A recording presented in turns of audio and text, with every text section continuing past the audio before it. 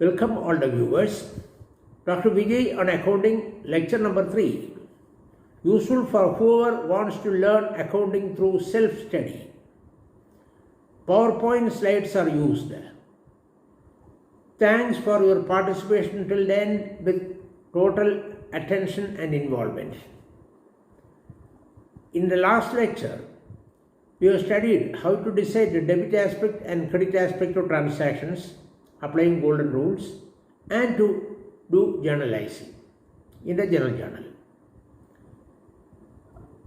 We have journalized the transactions given in part 2 of illustration 1 of Sabu's firm. In this lecture, we are concentrating on part 1 and part 3 of illustration 1. However, we are making a revision of part 2, journalizing transactions of similar nature.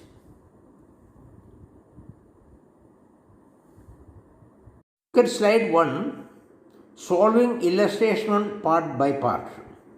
Journalizing of transactions in part 2 is already done. More explanation is needed before attempting to journalize the transactions in part 1 and part 3. Here in this lecture, we are going to do the complete problem, illustration 1, of Sabu's firm inherited from his father. Part 2 of that illustration, we have already done. We have decided the debit aspect and credit aspect of transactions and passed journal entries for that. However, we are doing the whole problem here once again. Slide 2, illustration 1, part 1. Sabu inherited a trading firm which was run by his father on the first week of January 2020. The firm had cash in hand $6,000, balance in bank account $12,000, stock of goods in trade $36,000, due from Miranda $22,000, and furniture and fittings $8,000. These are all assets inherited by Sabu. And had to pay rent of shop building for 3 months $9,000, due to Dash and Company $15,000 for goods supplied, and a loan due to Asad Bank 14,000 rupees. The last three are the liabilities inherited by Sabu. This is the list of assets and liabilities at the time of inheritance. We are going to pass the opening journal entry on the basis of this. For passing the opening journal entry, we should calculate capital. We can calculate capital following the accounting equation. We are going to study about all that in further 2 slides. Okay, see slide 3. Please see the accounting equation. Accounting equation or balance sheet equation. It is assets minus liabilities equal capital. That is accounting equation. Assets minus liabilities equal capital. Therefore, assets equals liabilities plus capital. Please read what is given in slide 3. Where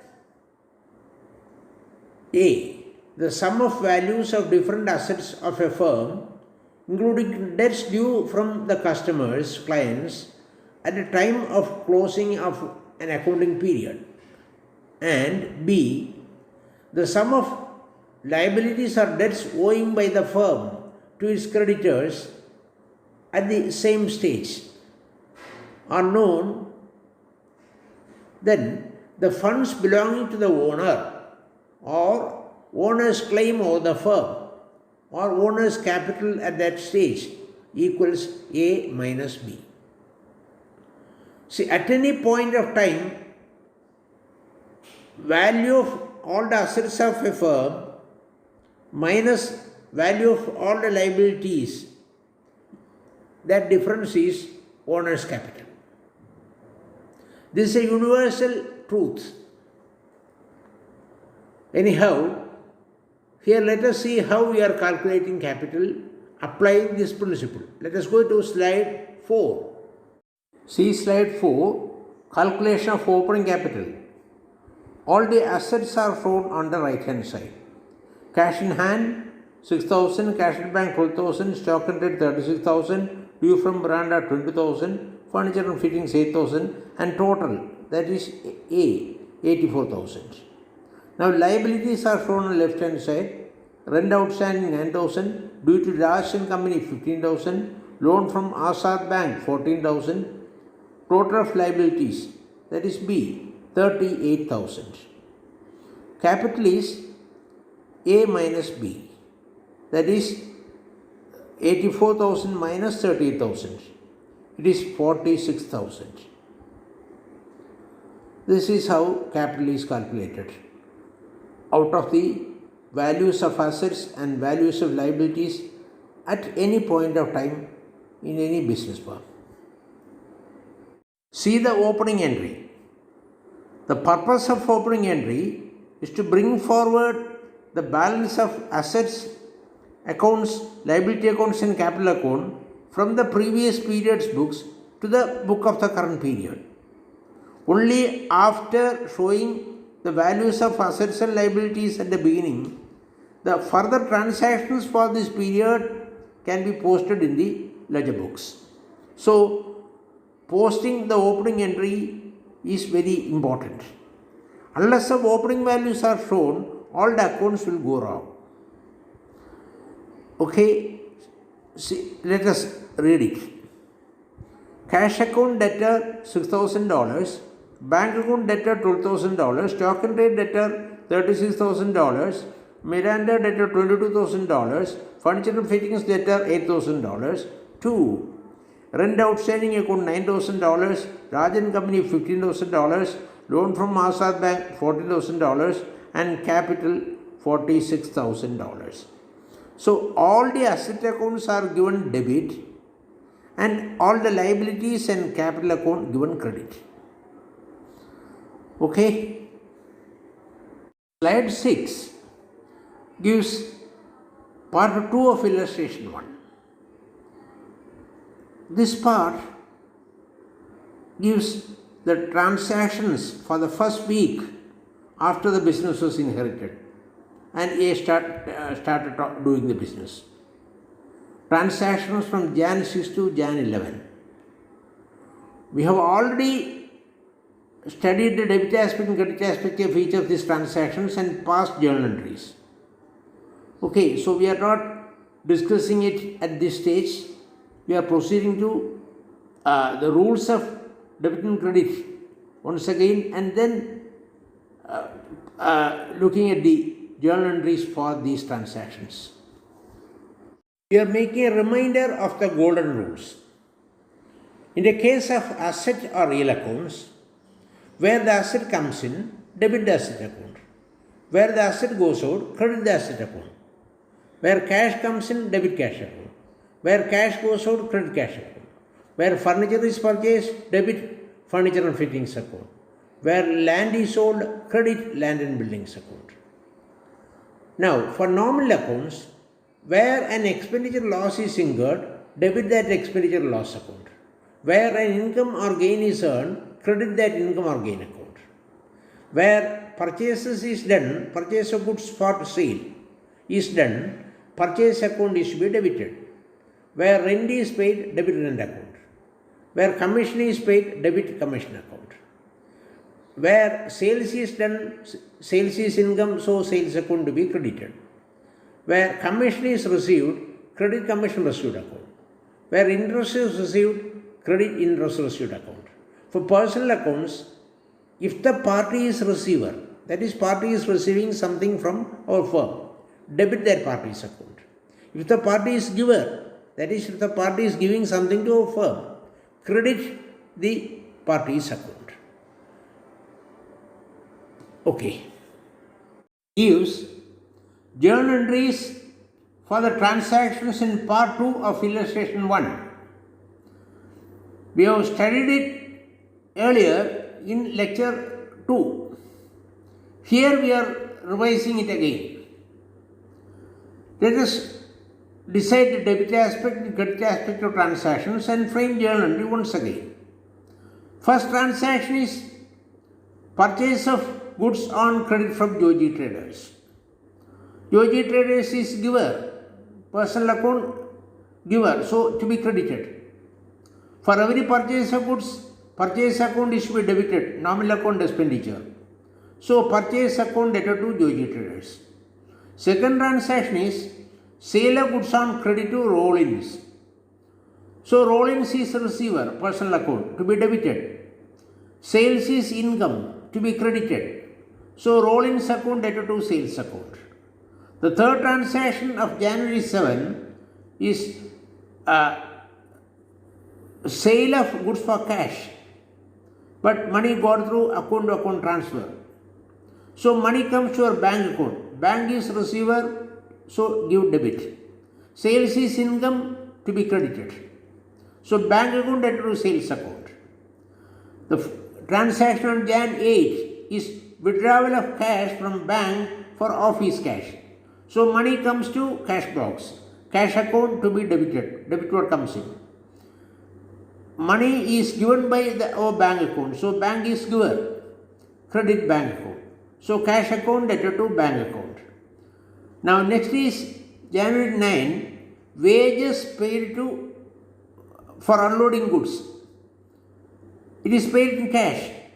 Wages, nominal account expenditure, debit. Cash goes out, credit. So wages account debted to cash account. Next is salaries paid to employees by check. Here salaries, nominal account expenditure to be debited. Given by check, so money goes from bank account. Bank account is giver, credit bank account. Salaries account debted to bank account. The last one, furniture purchased on credit from Mada Interiors. So Mada Interiors is giver to be credited. Furniture and fittings account comes in debit. Furniture and fittings account debted to Mada Interiors. Slide 9 deals with part 3 of illustration 1.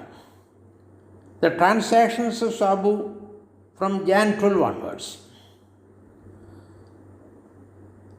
First two transactions are related in capital invested by Sabu and drawings taken by Sabu. This set we will study first. Then comes the next two, returns of goods to supplier and returns of goods by customer. Cases of returns. That we will study next. Now, after that, we will take the third set. Third set is transactions involving cash discount. Compound entries are needed. Okay.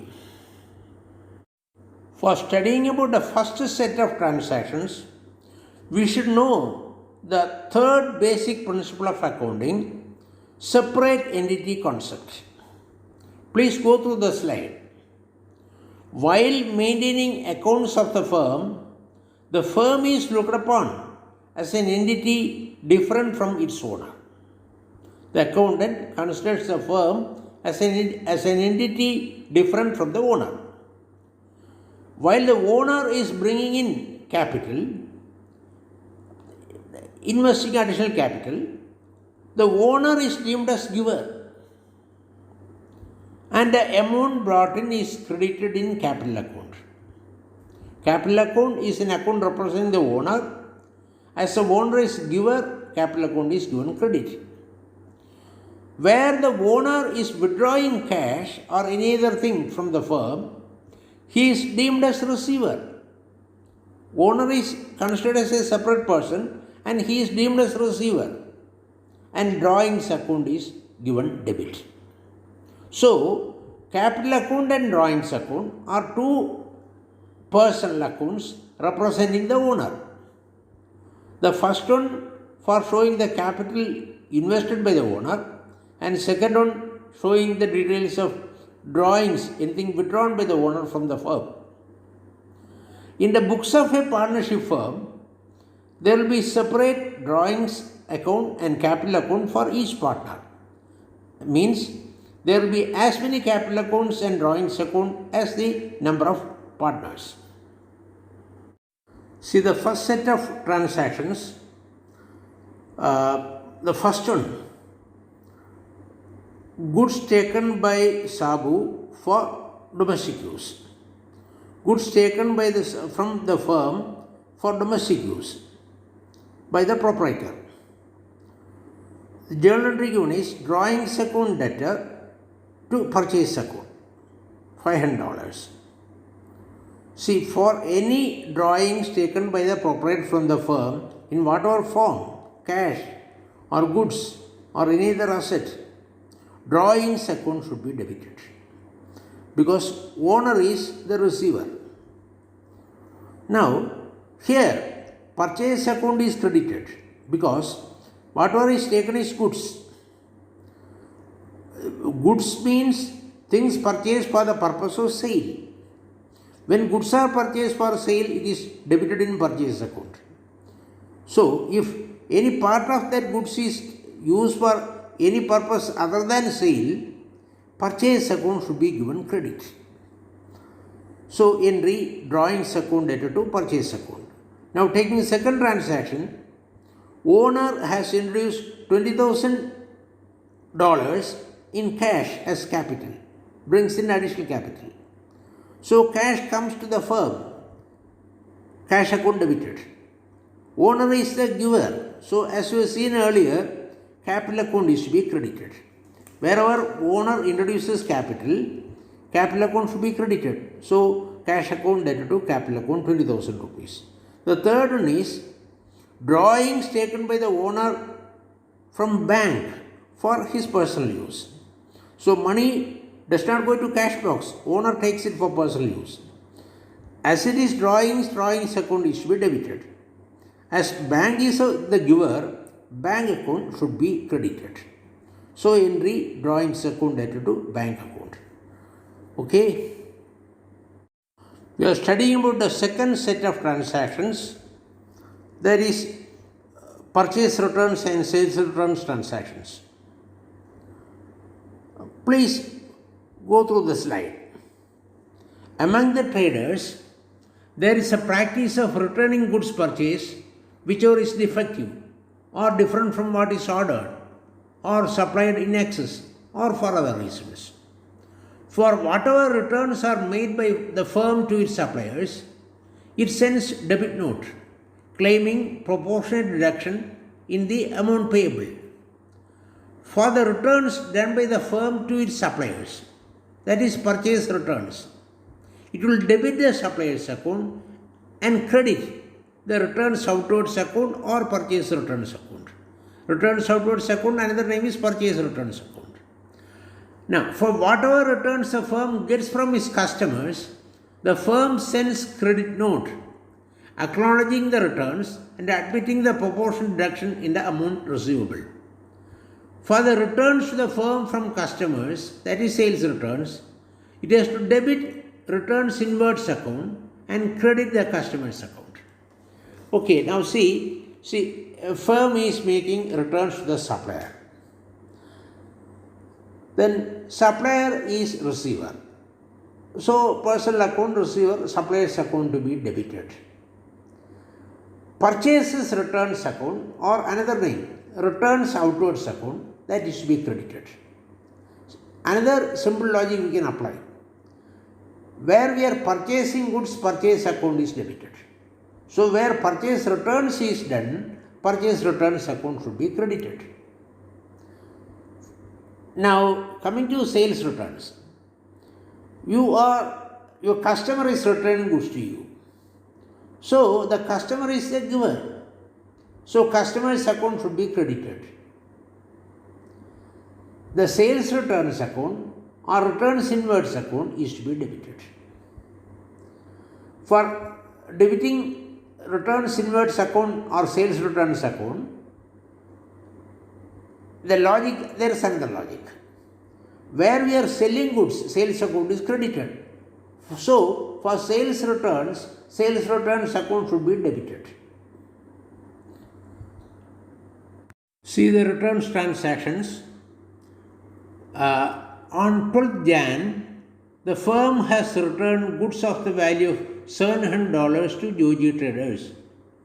Joji Traders was a supplier. We are returning goods to Sabu Traders is returning goods to Joji Traders. So, purchases returns. We have studied purchases returns or returns outwards is to be credited. Joji Traders is receiver, so to be debited. So, entry, look at the entry. Joji Traders account debtor to returns inwards account. Now, next, on 13th January, Rollins has returned goods of the value of $900. We had earlier sold goods to Rollins. Out of that, he is returning goods of the value of $900. So, Rollins is the giver. Rollins to be credited. And this is sales returns or returns inwards. It should be debited. As sales account is always credited for sales, sales returns account should be debited. We have seen. So, entry is returns inwards account debtor to Rollins. Let us consider the third set of transactions. For studying about third set of transactions, we should know meaning of compound entries and cash discount. That is discussed in slide 14. Where two or more accounts are to be given debit or credit while journalizing and posting a transaction. It is called as a compound entry. Either two or more accounts are to be debited, or two or more accounts to be credited, or two or more accounts on both the sides. We have studied opening entry. Opening entry is a good example of compound entry. It is a very complex compound entry. See, such entries become necessary wherever there is cash discount, wherever cash discount is allowed. Cash discount is allowed on settling of all debts. Where a customer makes payment in settlement of account, there is practice of the creditor foregoing a small portion of the actual amount receivable. It is known as cash discount. Where A is making payment of an old debt of $20,400, A is paying $20,000 say, and $400 the creditor is foregoing. That is cash discount. Cash discount allowed by a firm to its customers is the firm's loss. It is to be debited in discount allowed account. Cash discount earned by a firm while making payment to the creditor, it is income. So it should be credited in discount earned account. Let us read the two transactions involving cash discount. On January 14th, Sabu's firm settles the account with Mada Interiors, remitting $14,500 account-to-account transfer. Mada forgoes $500. We know actually Mada Interiors has supplied furniture of the value of $15,000 to Sabu. So $15,000 is payable. Only $14,500 is remitted through account-to-account transfer. But Mada Interiors agrees it is settled. So it is a gain to Sabu's firm. So discount earned account is to be credited for $500. Out of the bank account, only $14,500 is going.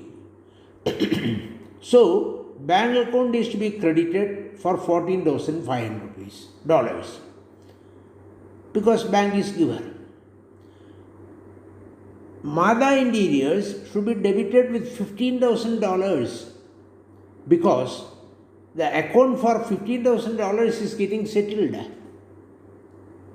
So journal entry is Mada Interiors debtor $15,000 to bank $14,500 to discount earned $500. Once again telling Mada Interiors account to be debited with $15,000 because account for $15,000 with Mada Interiors is getting settled. Only $14,500 is going out of bank account, so bank account to be credited for $14,500. $500 is an earning to the firm, so discount earned account is credited with $500. Now coming to second transaction, Rollins gives $19,000 in cash and the firm treats his account as settled and closed. It loses $300. Actually, Rollins should give $19,300. He is giving only $9,000. And Sabu's firm say, okay, it is settled, you need not pay $300. So $300 is a loss to Sabu's firm. So discount allowed account is debited for $300. $19,000 coming to the cash box.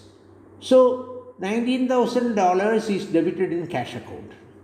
Rollins is the giver. So Rollins account should be credited with $19,300 because the account for $9,300 is getting settled. The journal reads cash account debtor $19,000, discount allowed debtor $300 to Rollins $19,300.